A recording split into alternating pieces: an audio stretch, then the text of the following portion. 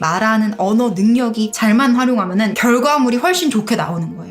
언어라는 거는 개발하면 할수록 여러분들의 인생을 더 풍족하게 해주고 여러분들을 억울한 상황에서 구제해줄 뿐만 아니라 여러분들이 많은 사람한테 사랑과 인정과 환영을 받을 수 있게 도와주는 도구가 바로 언어이기 때문에 언어는 개발하면 할수록 여러분들의 인생을 완전 180도로 바꿔줄 수 있는 엄청난 능력치가 됩니다. 그래서 언어 능력은 여러분들이 기존에 가지고 있는 약간의 장점 또는 상당한 장점들을 굉장히 극대화시켜줄 수 있는 능력이 되는 거고, 이게 없으면 살아가는 데 있어서 기본적인 불편함들이 너무 많이 발생한다는 거예요. 친구, 연인, 가족들하고 소통이 안 되고 나아가서 사회에서 푸대접과 낮은 급여를 받으면서 회사에서 언제 잘릴지 모르는 그런 불안감을 느껴가면서 근근히 생계활동을 유지해야 되는 그런 상황이 내몰릴 수밖에 없다라는 거예요. 언어 능력 하나가 개발이 안 됐을 뿐인데. 그리고 여러분들은 그동안 말이라는 거를 그냥 내뱉는 쪽으로 많이 사용을 하셨어요. 즉 내가 가진 생각과 감정을 표현한다. 이건 너무 단순한 개념인 거고요. 언어라는 거는 기본적으로 소통의 수단으로 사용되기 위해서 만들어졌습니다. 그래서 내가 저 사람이 무슨 생각을 하고 있고 어떤 감정을 느끼고 있고 나한테 뭘 원하는지 다른 사람의 언어를 해석하고 내가 들은 언어에 대한 답변을 내가 내뱉음으로써 상호 교류를 하는 도구로서 언어가 만들어진 거기 때문에 언어라는 건 내가 용기를 내서 열심히 다듬어서 내뱉었어가 끝이 아니고 내가 내뱉은 언어가 상대방한테 잘 전달이 되었는지를 확인하고 상대방이 또 내 언어를 자체 해석해서 나한테 어떤 답변을 들려주면 나는 그 답변을 가지고 또 그 다음 대답을 하고 이런 식으로 주거니 받거니 하면서 서로에게 정보를 주고받고 감정을 주고받고 이러는 소통의 수단이 바로 언어라는 거죠. 그래서 여러분들이 만약에 굉장히 센시티브한 다른 사람들의 취향과 관심사에 대해서 캐치를 할 수 있는 이런 눈치가 있다면 여러분들은 어쩌면 본인의 의도하에 긍정적인 감정을 공유할 수도 있을 거예요. 예를 들면 여러분들이 외모에 관심이 많은 사람들 사이에서 앉아있다고 해봅시다. 그럼 여러분들은 요즘 여러분들이 새롭게 빠진 패션 아이템, 연예인들 사이에서 요즘 유행인 메이크업 스타일이라던가 화장품이라던가 그런 얘기를 하면 사람들이 다 좋아하겠죠. 하지만 그런 센스가 없다. 이 사람들이 뭘 위해서 열심히 노력하면서 살아가는지 그 사람들이 어떤 칭찬을 들 때 기분이 좋아질지를 모르면은 여러분들은 흔해 빠진 드라마 뭐 보셨어요? 요즘 날씨 어떻죠? 이런 식으로 아 그렇죠라고 할 법한 영양가 없는 얘기를 할 수밖에 없는 거예요. 그래서 여러분들이 다른 사람과 언어라는 도구를 통해서 하나의 감정을 공유할 수 있는 이 기능을 제대로 알고 있다면 이 안에 있는 멤버가 몇 명인지와 상관없이 이 안에서 모두가 기분 좋은 감정적인 주제에 대해서 얘기를 하면 아 내가 분위기를 띄울 수 있구나 라는 하나의 치트키를 발견하게 되는 거죠. 그래서 지금 저 사람이 뭐에 관심이 있는지를 빠르게 캐치를 해서 우리 모두의 공통 관심사 중에서 모두가 환영할 만한 새로운 주제 또는 여러분들 역시 함께 즐길 만한 그런 주제들을 던져놓으면 사람들이 한마디씩 더 하면서 내가 막 진행자처럼 막 이렇게 얘기를 주도하지 않아도 화제 하나만 던져놓고 사람들이 주거니 받거니 할 때 추임새만 넣으면 된다는 거예요. 맞아요. 그렇다니까. 너무 괜찮지 않아요?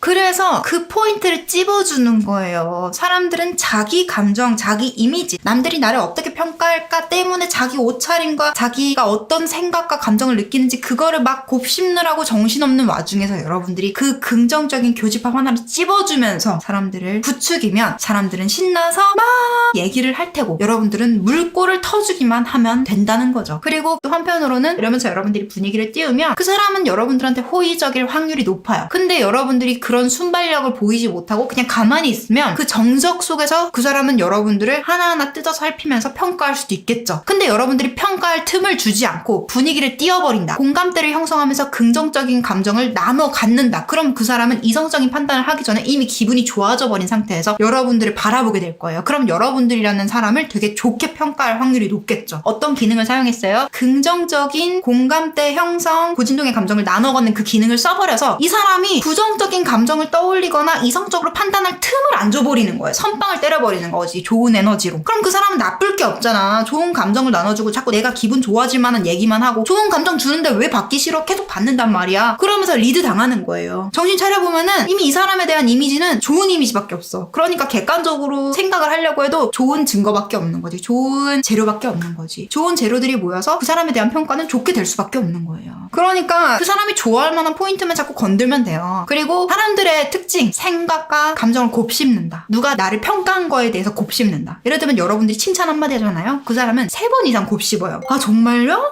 30대시라고요? 에이 완전 20대로 보이는데? 저는 엄마랑 아들이 아니라 저 사촌 누나인 줄 알았어요. 만약에 이렇게 했다고 해봐. 그러면은 그 멘트를 곱씹는다. 아 내가 그렇게까지 젊어 보이나? 에이 기분 좋으라고 한 말이지. 아 근데 내가 오늘 옷 입은 게 좀 젊어 보이나? 최소 3번 곱씹습니다. 그래서 여러분들은 말 한마디로, 표정 하나로 여러분들의 이미지를 좋게 평가받을 수 있는 그런 하나의 강점이 된다는 거죠. 근데 칭찬만 계속 내뱉으면 그러면 여러분들이 언제나 긍정적인 자판기 취급을 받을 수가 있어요. 이 사람 옆에서 이 사람이 계속 날 기분 좋게 해줬으면 좋겠어. 근데 여러분들이 자기만의 다양한 감정이 있고 여러분들도 어떤 상황에서는 불쾌함을 느끼고 그걸 부드럽게 표현할 줄 안다. 그러면은 상대방은 여러분들의 그런 다채로운 모습 속에서 조심하려고 노력을 하겠죠. 왜냐면은 이 언어의 기능을 제대로 이해하고 있는 사람은 그 그룹 자체의 분위기가 화기애애진다던가 커뮤니케이션이 원활하게 일어나는 느낌이 그 사람 한 명 덕분에 돼서 언어 능력이 부족한 사람들은 그런 인물한테 기댈 수밖에 없기 때문에 의존을 하는 상황이 많이 벌어지고 의존을 하면서 동시에 언어 능력이 가장 뛰어난 한 사람의 편의를 봐주거나 그 사람의 인정을 받으려고 맞춰주게 되는 그런 상황도 많이 벌어지게 되는 겁니다. 그래서 여러분들은 이 언어의 기능을 제대로 이해하고 있는 사람이 된다면 대화를 하기가 무척 수월해지고 사회생활을 하면서 여러분들의 능력보다도 결과물이 훨씬 좋게 나오는 거예요. 왜냐면 그 사람이 여러분들한테 맞추니까. 근데 대부분의 사람들은 내가 외모가 뛰어나거나 가진 게 많으면 사람들이 나한테 대화를 맞출 거라고 생각해요. 그렇지 않아요. 사람은 자기를 기분 좋게 해주는 감정을 유발시키는 사람한테 맞추게 되어 있어요. 왜냐면 스스로 기분 좋은 에너지, 감정을 유발할 수 없기 때문에 그 감정을 유발해줄 수 있는 사람은 매우 적기 때문에 그래서 여러분들이 그런 좋은 감정을 타인한테 공유할 수 있는 언어 능력만 있으면 여러분들이 가진 거 하나 없어도 사람들이 여러분한테 맞춰준다고요. 그 좋은 감정을 나눠 갖고 싶어서.